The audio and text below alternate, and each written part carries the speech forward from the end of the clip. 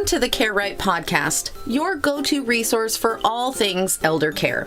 Guiding us through this journey is Annalee Kruger, the founder of Care Right Incorporated, and she has been steadfastly supporting families across the United States.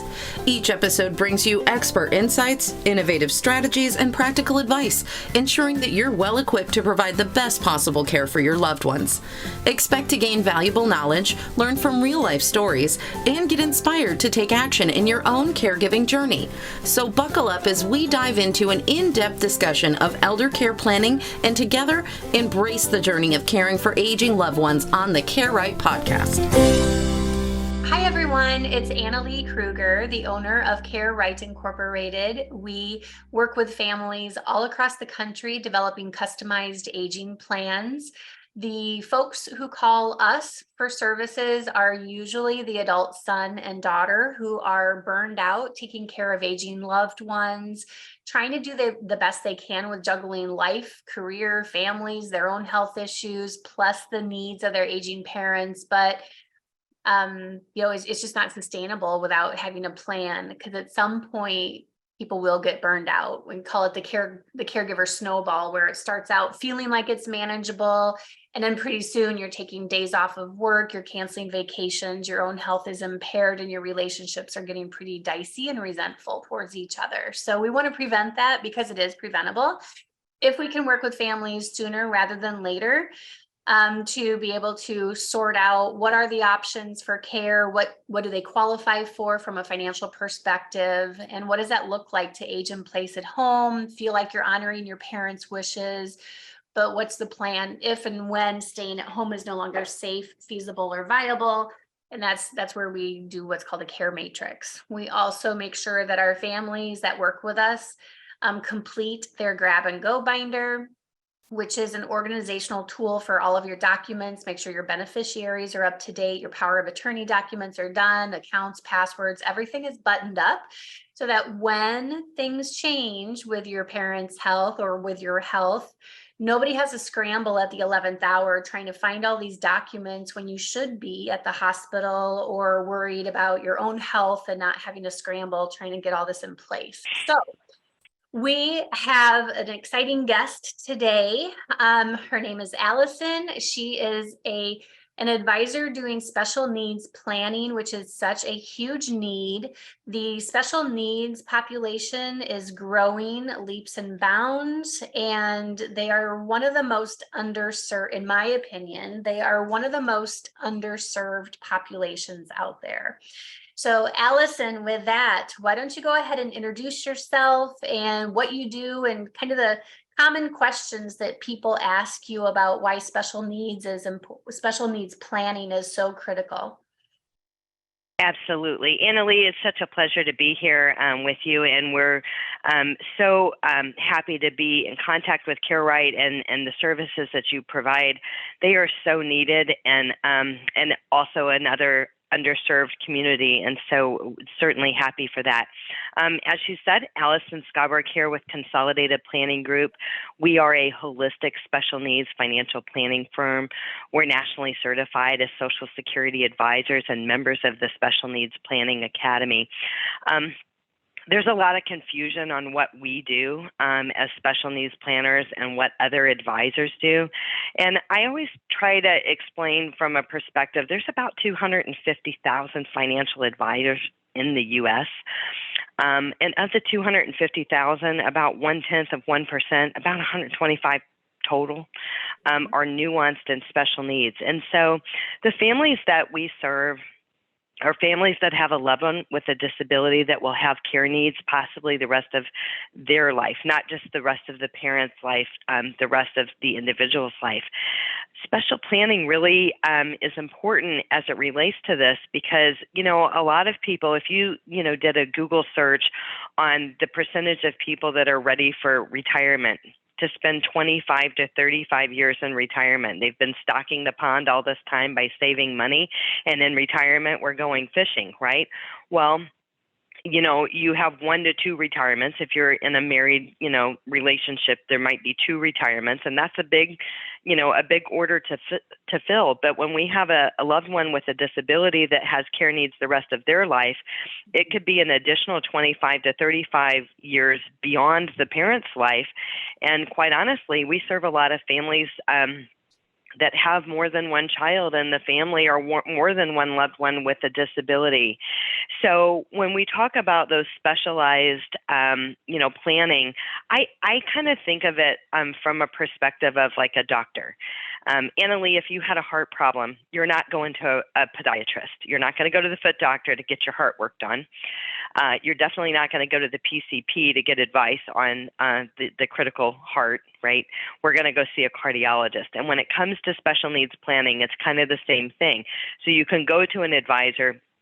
Most advisors are not nuanced in the money in the right buckets and planning for state and federally funded programs such as SSI and Medicaid, childhood disability benefits under a parent's record and Medicare, and not to mention that there are Medicaid waivers in every state across the United States that are designed to waive off some of the cost of care associated with caring for an individual with a disability. So maintaining our eligibility for these programs is critical, and that's where we see some of the mistakes come in with these, with people that are not nuanced and special needs.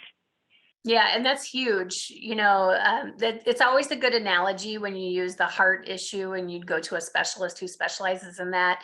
We do elder planning, and that's especially nuanced as well.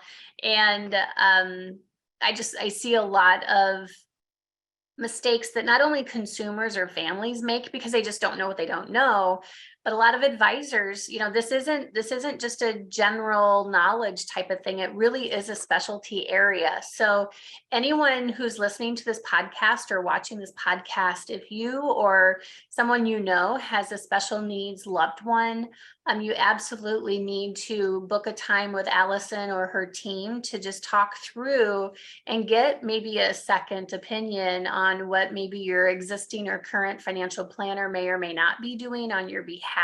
So it is a nuanced practice.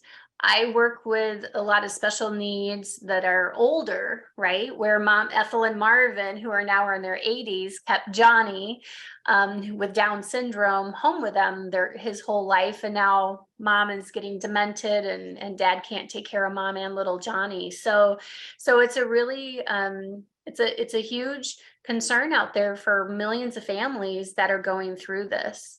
What other kind of questions do you tend to get? What are maybe a couple mistakes that most people make that you see? Well, one thing that I would probably clarify too is there's a lot of confusion in the special needs community on what a special needs planning advisor does and what an estate planning attorney or a special needs attorney does. And I always summarize that very quickly by saying they're the paper, they're the legal documents, the special needs trust, the will, the healthcare power of attorney, guardianship. These are all things that we hear about in the special needs community. They're the paper, and we're the money. How much money do you need to fund the special needs trust? Where do we have the money in the right buckets to preserve the eligibility for any state and federally funded programs? Those future care cost estimates and planning, and like you said, it's important to plan now, plan when you're still of sound mind and sound body. And yes, Mom and Dad have good intentions to take care of little Johnny as long as they can, but the day comes when they can't anymore. And so planning ahead for that day, of knowing that day is coming, is super, super important. So I would say one mistake is assuming that you'll always be able to care for your special needs child. You might not be able to, because you might be having to care for your aging parents yourself. You may be caring for a spouse that is not well. you yourself may not be well enough to care for anybody, or including yourself. So I think planning in advance for that is a big thing. And I would say that the other thing is big mistakes that people make is really not having money in the right buckets, and they're losing the Medicaid eligibility. And so one might say, well, who even cares about Medicaid? We have private insurance. That is not how we roll. And I would say that that's exactly the families that we serve. They don't care that much about Medicaid. But Medicaid eligibility is required for every one of the Medicaid waivers out there. Some of these Medicaid waivers budgets for the year are up to $340,000 a year, depending on the level of need of the individual. They're designed to keep the person in home and community-based services and out of an institution. They pay for things like attendant care services, basically staff. They might pay for respite care.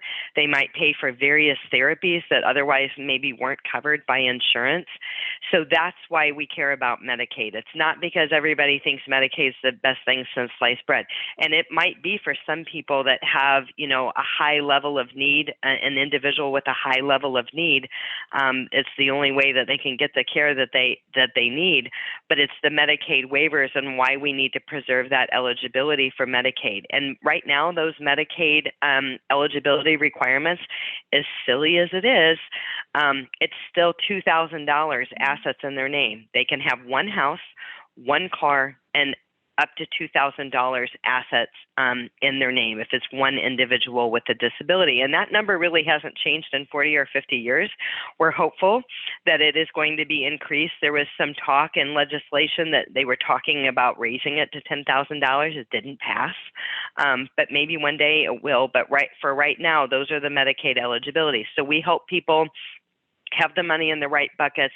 We're able to set up and educate people on ABLE accounts. That is a special account that you can have for an individual with a disability, and really put that plan in place so a family can have a comfortable retirement and some semblance of retirement of what they were hoping for, and also still have enough money to fund the special needs trust. Because the thing is, when you have a loved one that has care needs the rest of their life, it's like a marathon.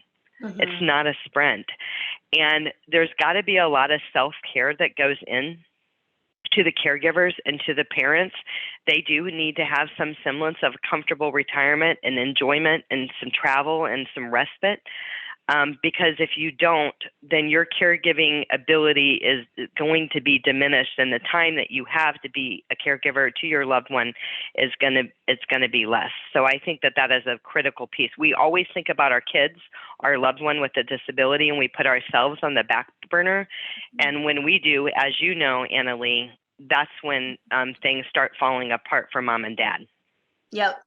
Yeah. The families that I work with as well for aging planning, some of the sons and daughters have special needs kids. And so then when they get that call that dad had a stroke and he's the primary caregiver to mom with dementia, the kids are they're already, burned out because they've already been full-time caregivers since the birth of their child in many ways. And so they're like, we just don't have any grit left in us because we're already burned out.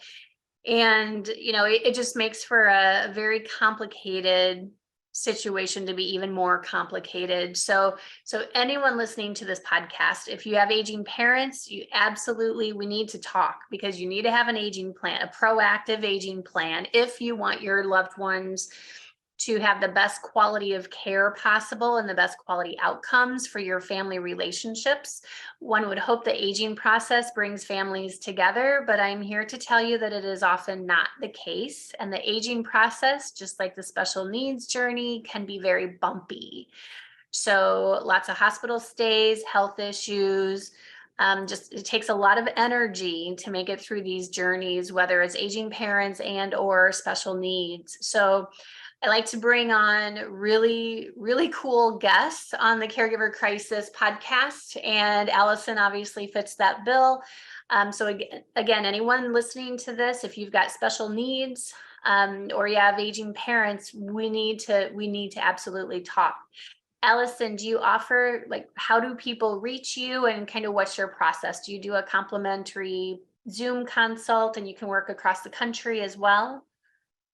Yes, we can work across the country. We are domiciled in Texas, but we can work across the country. We do a free complimentary initial consultation, learn a little bit more about the planning that you've done so far. If you have an advisor, that's okay. Almost everybody that comes to us has an advisor. We're not here to rain on any great planning that you've done so far. We're here to understand the planning that you've done so far, where you are in the process and where you need help, and have plans for that. So, and you can reach out to us at contact@cpgcares.net, and we will have our contact information out for everyone as well. Annalee, I just wanted to share a recent experience, kind of the own trail that I'm on with a family friend that we are the healthcare power attorney for. What I would say is your planning is so critically important. These in and out hospital stays that you were talking about, when you have a loved one that can't go home, it's not safe for them to go home. They need 24-hour care. You know, there are caseworkers at the hospital, there's no doubt, and they put these referrals out, these feelers out for these skilled care facilities, also called SNF. And what comes back is not always ideal. So when you're working with somebody like Annalee in CareRight and having a plan in place, we know where we want to go in the event that we are being discharged from the hospital and we can't go home. There may be bed reservations. There may be other things going on that you can do that you can plan this. We literally had a recommendation that we would discharge to an F-rated skilled nursing facility. Okay, well, no thanks. Right. And so, we're, having to back up and punt on those types of things. So I'm just saying, deal with it now before that crisis comes. Have a plan so that way people are just pressing go on your plan and your wishes. It's just so critically important. And I love that you're doing what you do, Annalee. So thank you. Thank you for that. Thank you. It's my pleasure to be here with you today. And thank you for what you do. I just, like I said, a second opinion or adding Allison and her team to your financial team or your professional team is huge. You don't want to get down the road in your journey and find out the professionals that you were working with don't know what they're doing, because you can't undo it, right? Sometimes the damage is already done, and now what are you supposed to do? So it's always worth just some of your time to go ahead and, talk to Allison and her team and see if you're on the right path or your advisor's on the right path.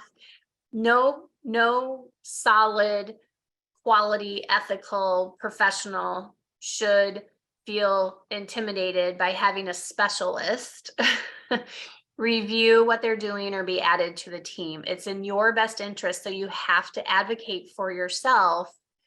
If you're in the shoes of having aging parents and or a special needs loved one. So you have to be a bold advocate, and that includes with the finances as well. You want to make sure that you're on the right path. So excellent. For sure. Very good. Any closing comment, or are you good? I am great. It's certainly my pleasure to be here with you today, and all of you listening. We certainly can help you. We really do call it a look under the hood. That second opinion, I think it's important. And quite honestly, those second opinions and their look under the hood was the difference. We've seen the difference of hundreds of thousands of dollars to millions of dollars over a 25 to 30 year period. And that is a big deal when it comes to funding a special needs trust. So I say that those look under the hoods really, really do matter. They absolutely do. And it is it's a specialty area. So you don't want to leave things to chance. And this is one of them. So excellent. Thank you, Allison, for your time today and your expertise. We'll send out this podcast link when it's ready to go. And everyone, be safe out there, be happy, and give each other grace. Sounds great. Thank you. Thank you for tuning into the Care Right podcast. We hope today's discussion has provided you with valuable insights. If so, don't forget to like, subscribe, and share our podcast with others who might find it helpful. Remember, Care Right is more than just a podcast. It's a community dedicated to supporting family caregivers with comprehensive care planning, crisis management, and resources for every stage of aging. Stay connected with us for future episodes as we continue to explore essential topics in aging planning, elder care, and financial planning. Until next time, take care, plan wisely, and remember, you're not alone in your caregiving journey.